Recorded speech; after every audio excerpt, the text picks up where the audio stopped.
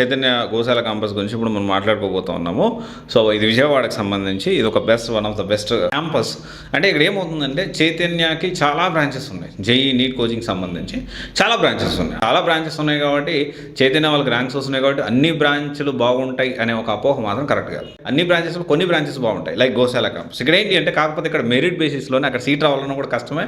ఒకవేళ సీట్ వచ్చిందంటే మాత్రం అద్భుతం, ఖచ్చితంగా బాగా కేరింగ్ ఉంటుంది. మార్నింగ్ లేచిన కాడి నుంచి స్టడీ అవర్స్ చూసుకున్నా కానీ, లేకపోతే వాళ్ళ కేరింగ్ చూసుకున్నా కానీ, అండ్ వాళ్ళ క్లాసులు చెప్పే ఎక్స్పర్ట్ ఫ్యాకల్టీ చూసుకున్నా కానీ, తర్వాత స్టడీ అవర్స్, తర్వాత డౌట్ సెషన్స్, టెస్ట్ సిరీస్, ఇలా ప్రతి ఒక్కటి చాలా బాగా చాలా క్వాలిటీతో ఉంటుంది. ఎందుకంటే ఇక్కడ ఉండే వాళ్ళందరూ కూడా మెరిట్ స్టూడెంట్స్. ఇక్కడ వచ్చేసి బ్యాచ్ వచ్చేసి 70 to 80 ఉంటారు. ఫీజు వచ్చేసి 1,20,000 విత్ హాస్టల్ ఉంటుంది.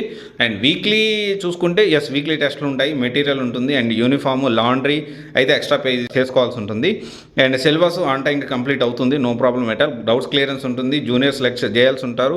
అండ్ వీళ్ళకి మంచి మార్క్స్ వస్తాయి. అండ్ ఇక్కడ సీట్ వచ్చిందంటే కళ్ళు మూసుకొని జాయిన్ అయిపోవచ్చు, దాంట్లో ఎటువంటి డౌట్ లేదు. సో చైతన్య అన్ని క్యాంపస్లు బాగుంటాయా అంటే మాత్రం నాకు తెలిసి అయితే అన్ని క్యాంపస్లు బాగుంటాయా లేదా అనేది క్రాస్ వెరిఫై చేసుకోవాల్సిన అవసరం ఉంది.